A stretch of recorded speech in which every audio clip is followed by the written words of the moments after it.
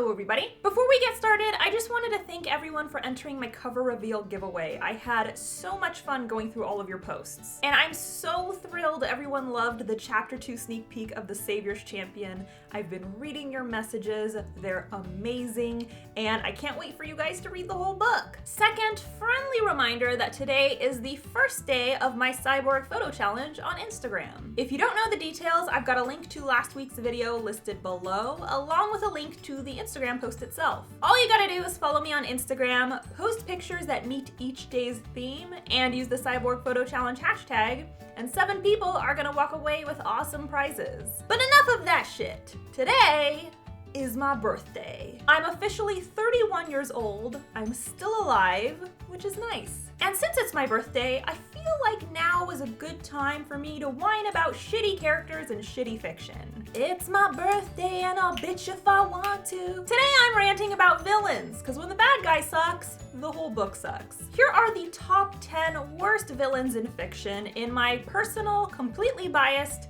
and 100% correct opinion. Because I'm a perfect person who's never wrong about anything. Number 1, the cartoon villain. This is just your run-of-the-mill bad guy. There was no thought put into them. They just meet all the generic bad guy criteria. Wears lots of black?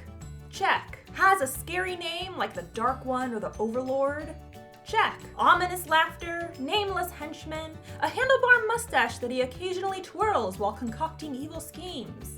Triple check. Look, your bad guy doesn't need to be the most original character in the world, but could you maybe not get their dialogue straight from a cartoon? The same thing we do every night, Pinky.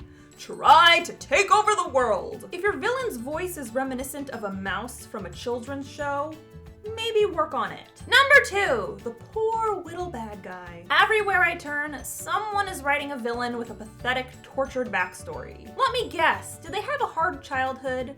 Did someone they love die?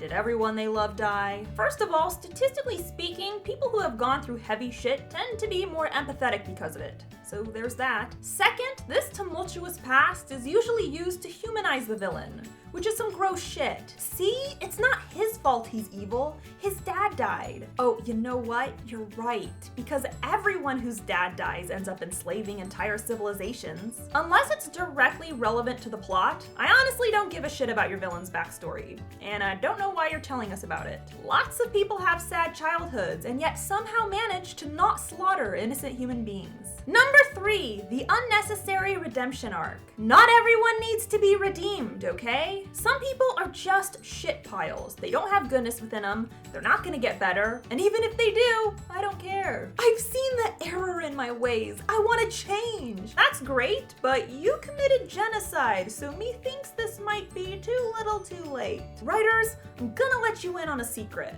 Some people just suck, and plenty of bad people remain bad for their entire lives. That's not cynicism, it's just reality. Number 4, the guy who's evil, just cuz. This works in comics, comedy, and that's about it. We get that your bad guy is evil. That's why they're called the bad guy.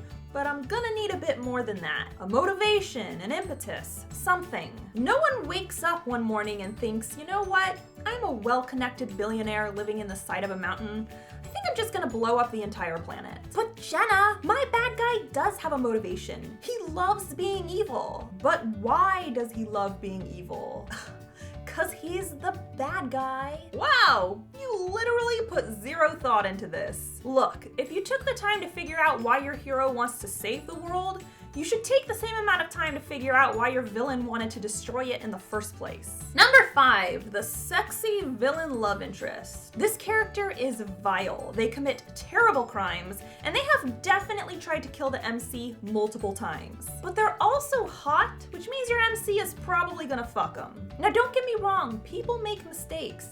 And sometimes that mistake is putting a scumbag's dick in your mouth. But your MC isn't just gonna fuck this character, they're also gonna fall desperately in love with them, which is horrifying. Who needs trust, loyalty, and respect when you have rock-hard abs and blind rage? They may be a liar, and a murderer, and a sexual predator, but let's try to look beyond the layers of human garbage and see the hot piece of ass within. Focus on what matters, folks. Number 6, the othered villain. Wow, what a homogenous cast of characters you got there.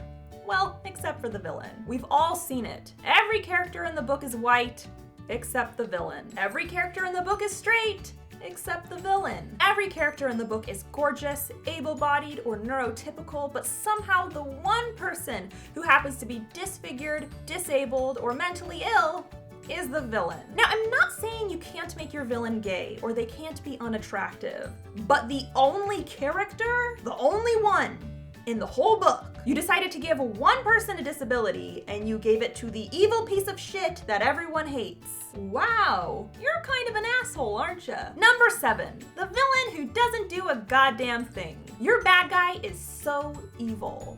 And how do your readers know this? Because everyone in your book talks about it all the time. Watch out for Zordon, he's the most evil alien in the galaxy. He does things, evil things. That's great, but is he gonna actually do any of these things on page? I'm not gonna hate your villain just because your characters hate him. This isn't high school. Like, oh my god, did you hear that Zordon is like the most evil alien in the galaxy? Why don't you shut the fuck up, Becky, and stop spreading rumors? It's not nice. If you want me to fear Zordon, I'm gonna need him to blow up a planet, okay? Have him flay some peaceful aliens, and then maybe I'll believe he's the most evil dick weasel in the galaxy. Number 8, the chatty villain. It's the climax of the novel, and your villain is about to do the very thing they threatened to do throughout the entire book. But first, a soliloquy, where they explain their plan and boast of their genius. Now don't get me wrong, I understand the purpose of this. The writer needs the reader to learn these specific details, and this is the easiest way to do it. And sometimes the soliloquy works,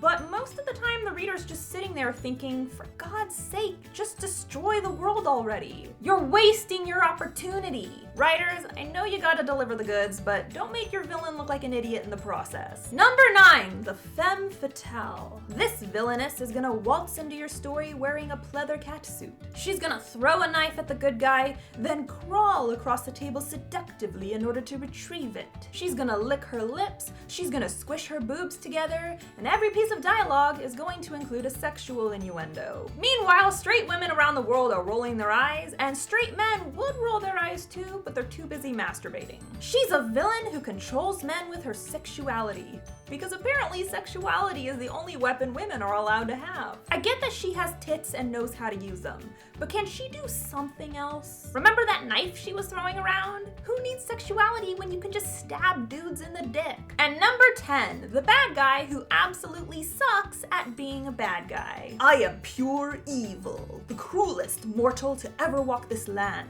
But somehow your protagonist is going to destroy my genius plan on the first try without any assistance, knowledge, or training. I know you're just trying to make your hero come off as a badass, but that's not how this is translating. Your hero doesn't look awesome, the villain just looks really pathetic. And hey, I love a happy ending. I want the hero to win, but I also want them to bleed a little.